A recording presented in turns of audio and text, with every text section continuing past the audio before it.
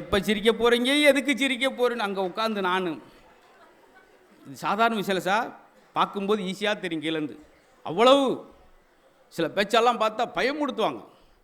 அன்றைக்கெல்லாம் ஒரு நண்பர்கிட்ட பேசும்போது மேடையில் பேசுகிறார், நானும் நண்பரும் ஒரே தட்டில் சாப்பிட்டிருக்கிறோம், ஒன்றாக படுத்து தூங்கியிருக்கிறோம், இன்றா நேற்றா 35 ஆண்டு கால நட்பு, எங்கள் நட்பை போல சொல்ல முடியாது.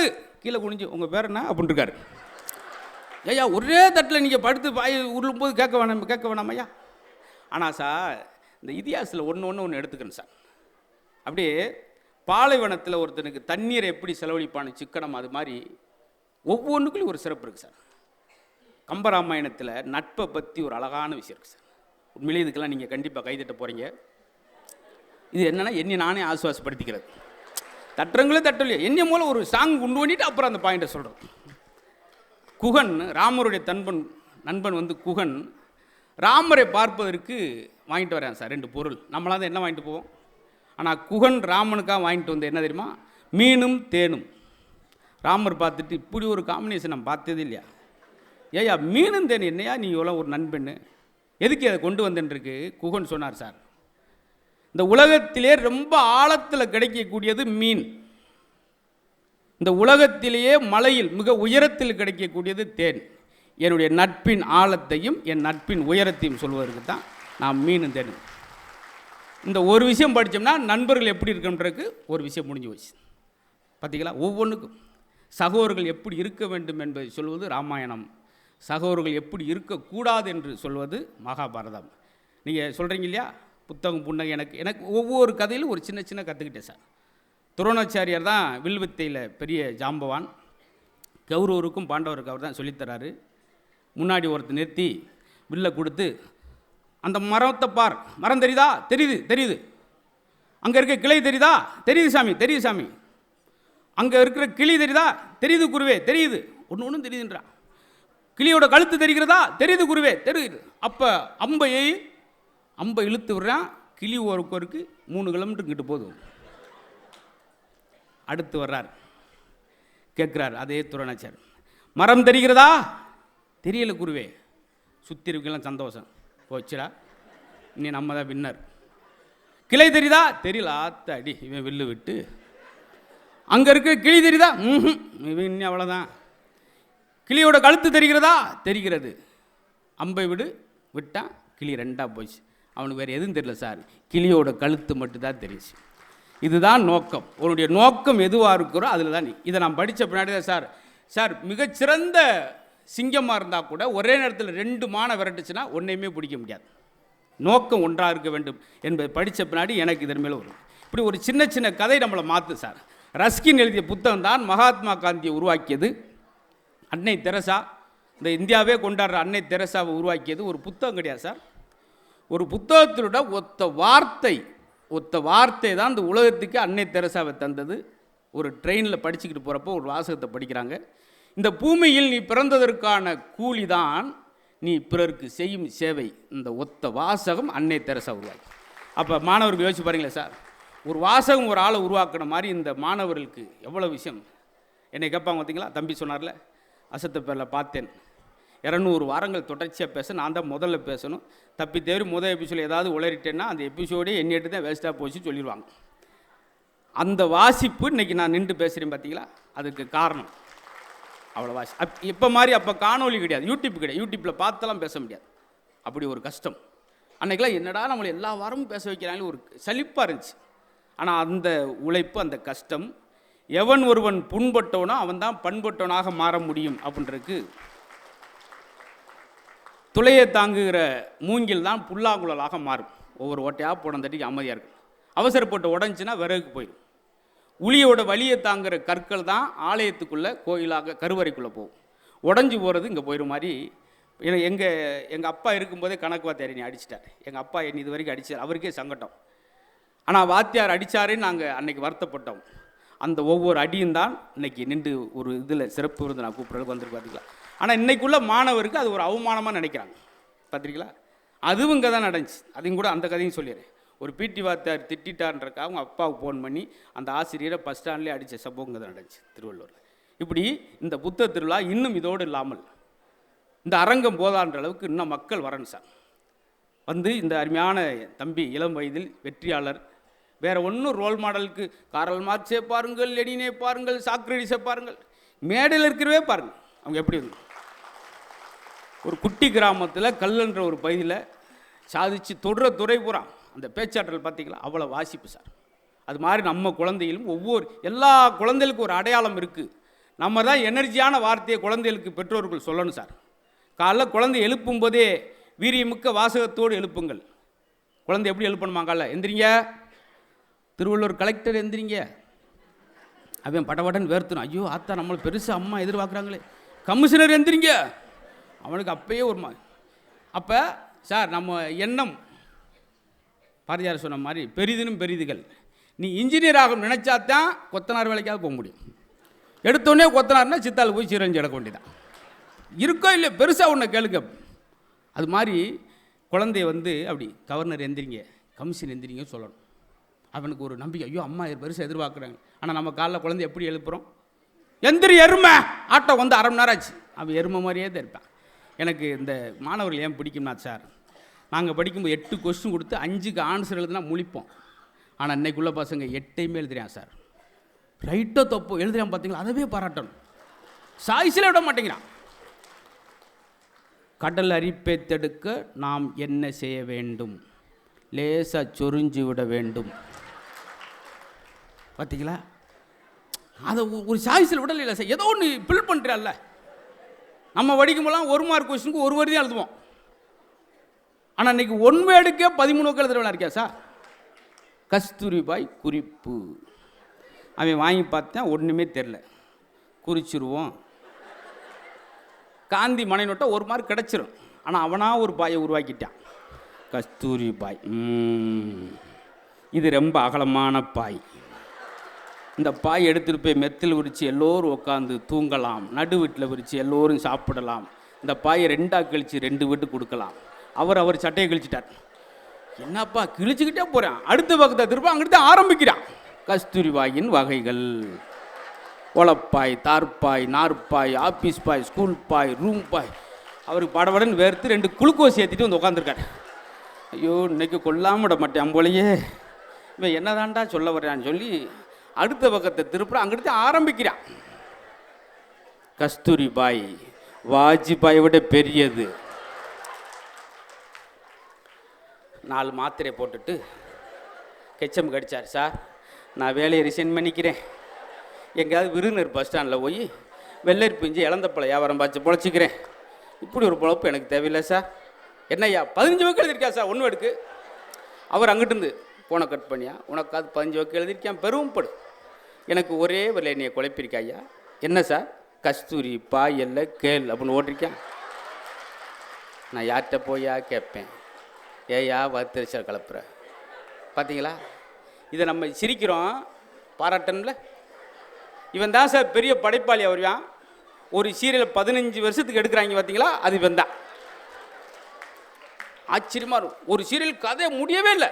டைரக்டர் எவ்வளோ சொல்லி பார்த்தாங்க, சார் முடிங்க சார் முடிங்க சார், என் பேரெல்லாம் பெரியவனா வந்து கேட்குறேன் சார், கதையை முடியும். டைரக்டர் முடிக்கவே இல்லை. கடைசியில் டைரக்டரே முடிச்சிட்டாங்க. போடா நீ வசப்பட மாட்டடா நீ, நானும் சொல்லி பார்த்துட்டோம்டா.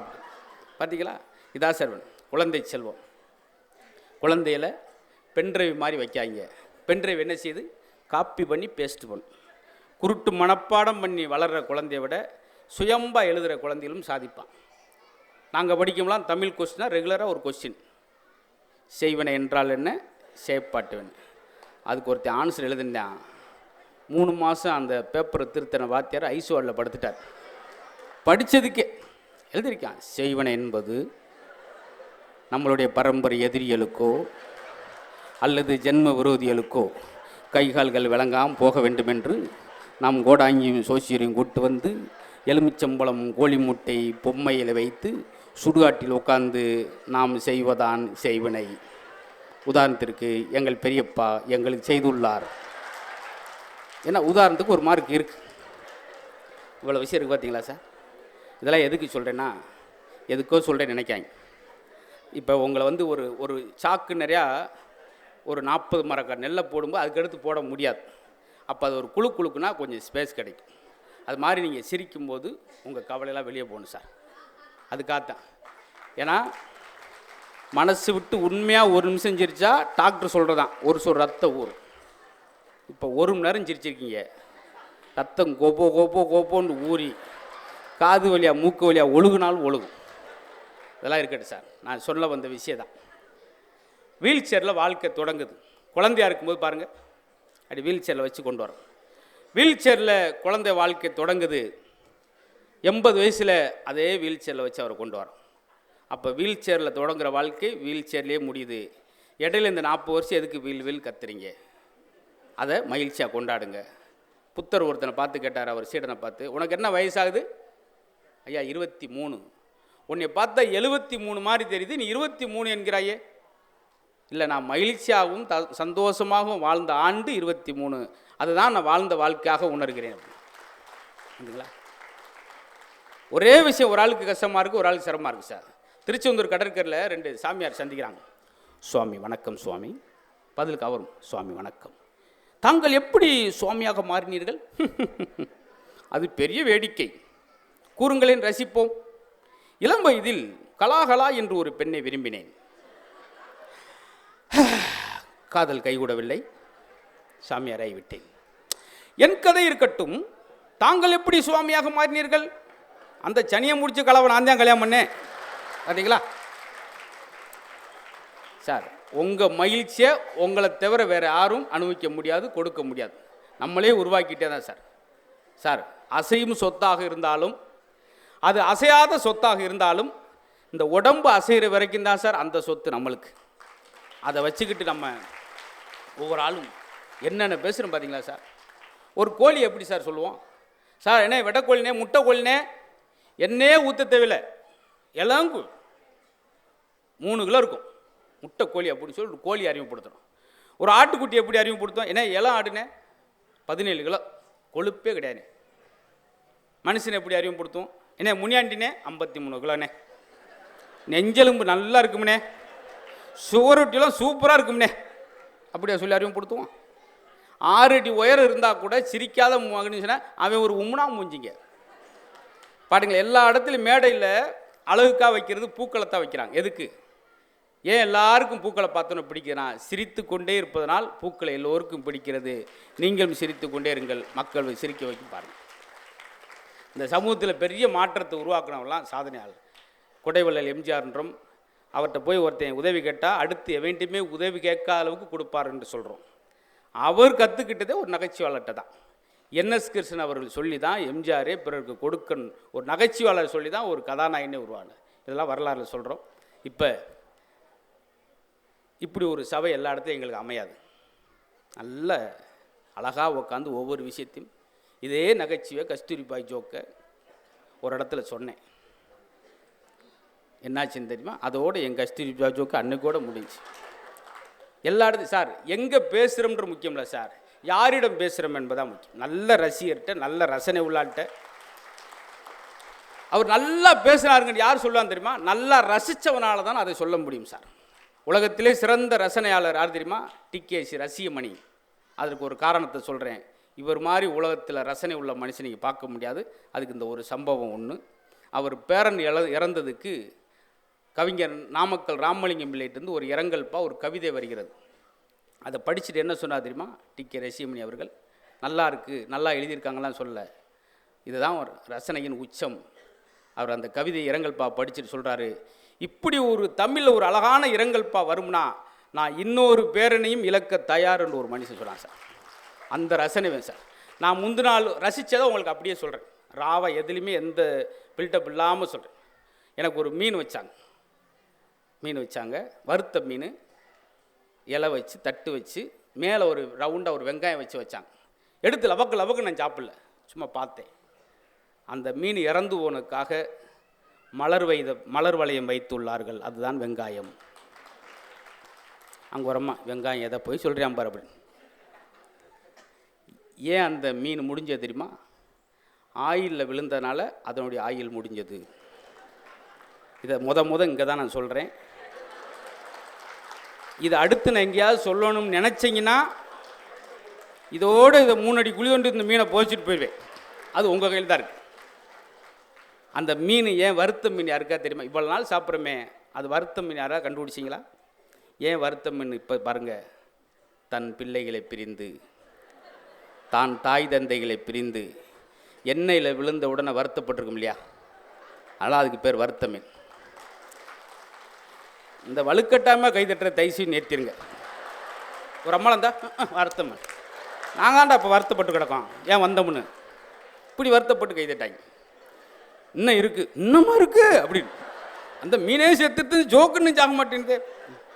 அதுக்கடுத்து அந்த மீன் அந்த இலையை பார்த்து சொல்லுது, இது பூரா நானாக பண்ணது சார், நானாக ஒரு மீனை பார்த்து ரசித்தது. இது மாதிரி ஒவ்வொன்றையும் ரசித்தோம்னா நம்மளுக்கு 5 ஆண்டுகள் அதிகம் சொல்கிறேன்.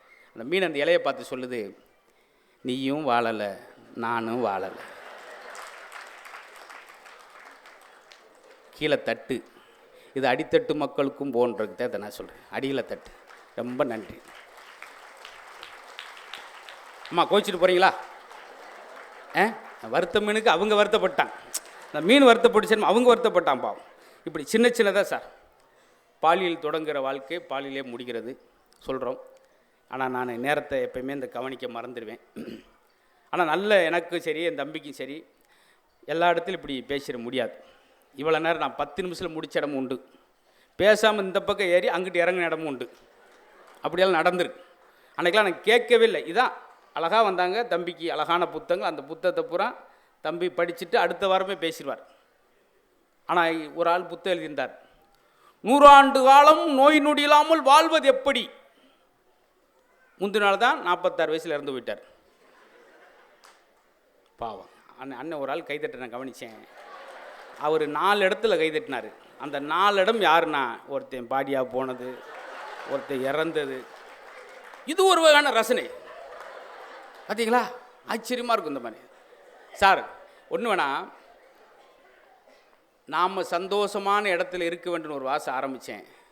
நமக்கு பிடித்தவர்களால் நம்மோடு இருக்க வேண்டும் என்று நினைப்பதை விட நலமோடு இருக்க வேண்டும் நினைப்பது தான் ஒரு மனிதனுக்கு அழகு. இதை நான் சொந்தமாக சொல்லலை, ஒரு பேப்பரில் ஒரு புத்தகத்தில் படித்து சொல்கிறேன். கைதட்டுறீங்க பார்த்தீங்களா? இதுக்கு தான் சார் வள்ளுவருடைய குரல்லே அழகான குரல் 2 இருக்குது சார். அந்த 2க்கு மட்டும் ஒரு சின்ன விளக்கத்தை சொல்லிட்டு அதுக்கடுத்து நீங்கள் இருந்தீங்கன்னா பேசும். ஒருமை கண் தான் கற்ற கல்வி எளிமையும் ஏமாப்புடைத்து. ஒரே ஒரு முறை கற்ற கல்வி 7 ஜென்மத்துக்கும் கூட ஒன்று வருதுன்னா அது கல்வி மட்டும்தான் சார். கொடுக்க கொடுக்க குறைவது செல்வம், கொடுக்க கொடுக்க வளருவது கல்வி சார். அதில் வள்ளுவர் குரலில் அந்த இன்னொன்று பாருங்கள், அன்புடைமை ஒரு அதிகாரத்தில் இருக்கும், 40 50. அருளுடைமை பக்தி 70 80 ஒரு அதிகாரத்தில் இருக்கும். ஆனால் ஒழுக்கமுடைமை பாருங்கள் 100வது அதிகாரத்தில் இருக்கும். நீ அன்பில் 50 மார்க் வாங்கினாலும் பரவாயில்ல, பக்தியில் 70 மார்க் வாங்காட்டி கூட பரவாயில்ல, ஆனால் நீ ஒழுக்கத்தில் 100 மார்க் வாங்க வேண்டும் என்பதால் தான் ஒழுக்கமுடையவே 100வது அதிகாரத்தில் வச்சார். எல்லாருக்கும் அடைஞ்சிருமா சார்? அவ்வளவு அழகு சார். ஏன்னா எனக்கு எப்பவுமே இந்த முன்னோர்கள், எங்கள் பாட்டி எங்கள் அப்பத்தான் சொல்லுவோம், அது திண்ணையில் உட்காந்துருக்கு. அப்போ நான் அந்த விஜய் டிவி கலக்கு பேரில் பேசிக்கிட்டு இருக்கேன். அப்போ தான் ஆரம்பித்தது. பக்கத்து வீட்டு கிழவி எங்கள் அப்பத்தாட்ட கேட்கு, உன் பேரன் தினம் பேக்கு எடுத்துக்கிட்டே போகிறானே, என்ன வேலை பார்க்குறான்? எங்கள் அப்பத்தை தெரியலனா தெரியும் சொல்லலாம். என் பேரன் சிரிப்பு காட்டுற வேலை செய்கிறான். சிரிப்பு காட்டுற, ஆமாம், இந்த நாடகத்தெலாம் பப்புனா வருவான். நான் கும்பிட்டேன், உங்களுக்கு கொஞ்சம் நேரம் தெரியாட்டி பேசாமல் அது இருங்க, அதையும் ரசிக்கணும். அந்த தாத்தா பாட்டி கிடைக்காம போயிட்டாங்க பார்த்தீங்களா நிறைய பேருக்கு. நீங்கள் வந்து பாருங்கள், அவ்வளோ ஆச்சரியம், அழகான விஷயம்லாம் இருக்குது. சொன்னால் ரொம்ப நேரம் போகும். தம்பி மேடையில் வேலுநாச்சியார் பற்றியெல்லாம் இருக்குது. ஈவேரா பற்றி சொன்னார். தாம் படிக்கும், நான் படுக்கும் அறைக்கு பக்கத்திலே படிப்பறையை வைங்கன்னு சொன்னதான் டாக்டர் அம்பேத்கர். பக்கத்தில் நான் நேரத்தை திருடுகிறேன், நாம் பயணம் செய்யும் போதெல்லாம் அதிகமாக படித்தவர் தான் ஜவஹர்லால் நேரு. பார்த்தீங்களா? சாதாரண காஞ்சிபுரத்தில் பிறந்த சிஎன் அண்ணாதுரை இருந்தவர் கன்னிமாரா நூலகத்தில் ஒவ்வொரு புத்தகங்களாக படித்ததுனால தான் சிஎன் அண்ணாதுரையாக இருந்தவர் பேரறிஞர் அண்ணாதுரையாக மாறினார். அவருக்கு புற்றுநோய் ஆப்ரேஷன் பண்ணணும். அப்போ சொல்கிறார் அண்ணா, பார்த்துங்க எவ்வளோ அழகான வார்த்தை பாருங்கள், படிக்கின்ற ஆர்வத்தை தூண்டுற வார்த்தை பாருங்கள். புற்றுநோய் உடனடியாக ஆப்ரேஷன் பண்ணன்னு சொன்னதுக்கு அண்ணா சொன்னது, ஒரு நல்ல புத்தகத்தை படிச்சுக்கிட்டு இருக்கேன், ஒரு 2 நாள் ஆப்ரேஷனை தள்ளி வைக்கலாமா, ஏன்னா அதனுடைய முடிவு தெரியணும், சுவாரஸ்யமாக இருக்குது, அழகாக இருக்குது அப்படின்னு சொல்லி உயிர் பிழைக்கிற கூட தள்ளி வச்சுட்டு புத்தகத்தை படித்தனால தாங்க அறிஞர் அண்ணாவை இன்ன வரைக்கும் கொண்டாடுறோம். பார்த்தீங்களா? இப்படி ஒவ்வொரு ஆளுக்கும் ஒரு வேலை. சார் இன்னும் கொஞ்ச நேரத்தை இன்னும் கொஞ்ச நேரத்தை தூக்கில் போடணும். அப்போ வார்டனை கூப்பிட்டு அவர் கேட்குறார், இந்த லெனின் பற்றி ஒரு புத்தகம் கேட்டேனே, அது வாசிக்கன்னு ஆசைப்பட்டேன், நீங்கள் தரவே இல்லை. இன்னும் ஒரு மணி நேரத்தை உனக்கு தூக்கிலே போட போகிறேன், நீ லெனினை பற்றி இப்போ படித்த என்ன ஆசிய? இல்லை, நான் சாகிறதுக்கு முன்னாடி சில விஷயங்களை தெரிந்து கொண்டு சாவே இல்லையா? அவர் தாங்க பகத்சிங். பார்த்தீங்களா? அப்படி சாகிறதுக்கு முன்னாடி கூட விஷம் கொடுத்து கொள்ளணும் சாக்ரட்டிஸை, அப்போ கூட படிச்சுக்கிட்டே இருந்தார். இப்படி அடுத்த நிமிடம் நம்மிடம் இல்லை என்ற போது கூட படிப்பினுடைய அவசியம், புத்தகத்தினுடைய அவசியம். அது வெறும் காகிதம் அல்ல, அது மனிதனை மாற்றும் ஆயுதம் என்று சொன்னார் ஒரு கவி. அதனால் உங்கள் குழந்தைகளுக்கு எதை பற்றி நீங்கள் சொல்லித்தாரீங்களோ இல்லையோ, புத்தகத்தினுடைய பெருமையை சொல்லித்தாருங்கள். கடுமையான கிராமம். என்னுடைய நிகழ்ச்சி முதல் டிவியில் வரும்போது அதை பார்ப்பதற்கு கூட என்கிட்ட டிவி கிடையாது. அப்படியாப்பட்ட கிராமத்தில் நின்று வானத்தை இப்படியே பார்த்துக்கு விமானம், எங்கள் வீட்டு பக்கத்தில் பெருங்குடி ஏர்போர்ட் இருக்குது, விமானம் போகிறது ஆச்சரியமாக பார்ப்போம். தென்னை மரத்தில் ஏறிலாம் உட்காந்துருப்போம். விமானம் வரும்போது ரெக்கையை பிடிச்சிட்டு போகிறோமா, நான் மரமெல்லாம் ஏறுவேன். அப்படி இருந்த எங்களுக்கு ஒரு 103 நாடுகள் போகிற மாதிரி ஒரு எளிய மாணவனை பெருசி ஆக்கியது இந்த புத்தகம். எந்தவித வசதி இல்லாப்போ எங்களவே இந்த அளவுக்கு உருவாக்கினா அன்றைக்கு உங்கள் பசங்களுக்கு நிறைய வாய்ப்புகள் பின்பலத்தில் இருக்கிறது. ஆக குழந்தைகளை உற்சாகப்படுத்தணும், எனர்ஜெட்டிக்காக கொண்டு வரணும். இவ்வளவு புன்னகை நான் பேசினா அதுக்கு முழுக்க எனக்கு பின்னாடி உள்ளது புத்தகம். அதில் தான் புத்தகமும் புன்னகை என்று பேர் வச்சது. இன்றைக்கி உள்ள முழு ரகசியம் அதான், வாசிப்பு மீது உள்ள ஆர்வம். இப்போ கூட ஒரு மேடைக்கு போனால் நான் பாட்டுக்கு 4 மணி நேரம் எதுவுமே இல்லாமல் பேசிடுவேன். இருந்தாலும் ஏதாவது ஒன்று புதுசாக ஒன்று சொல்லணும்னு சொல்லி ஒரு தேடலோட ஒரு ஆர்வத்தோடு போகிறேன். பார்த்தீங்களா? அதில் தான் 20 வருஷம் தம்பி சொன்னார், என்ன 20 வருஷம் நான் சின்ன வயசில் பார்த்து அதே இது இருக்குன்னு சொல்கிறாரு. பார்த்தீங்களா? அதுக்கு காரணமும் அந்த புத்தகம்தான். தம்பியும் அதே மாதிரி அவன் நீண்ட ஆளுகள் காலம் இருக்கிற வரைக்கும் அவனால் மேடையில் பேச முடியும். நிரம்ப கருத்து இந்த மாதிரி அறிவுஜீவிகள் இருக்க வேண்டும். தேடல்கள், அந்த புத்தகத்தை கடலில் தண்ணி அப்படி கை கிளாஸில் கொண்டு வந்து கொடுப்பதான் ஒரு பேச்சாளனுடைய அழகு. நிரம்ப படித்து இந்த மேடையில் படைக்க வேண்டும்.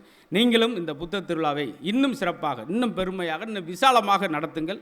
அறிவு செல்வங்களாக, ஏதாவது கோயில் இல்லா ஊரில் குடியிருக்கக்கூடாது அப்படின்னு சொல்கிற விட, புத்தகம் ஒரு காலத்தில் வீடு கட்டும்போது திண்ணை இல்லாமல் கட்ட மாட்டாங்க. அப்புறம் வீடு கட்டும்போது பெட்ரூம் இல்லாமல் கட்ட மாட்டாங்க. அப்புறம் இப்போ வீடு கட்டுறப்ப என்ன செஞ்சாங்க, பூஜை அறை இல்லாமல் வீடு கட்ட மாட்டாங்க.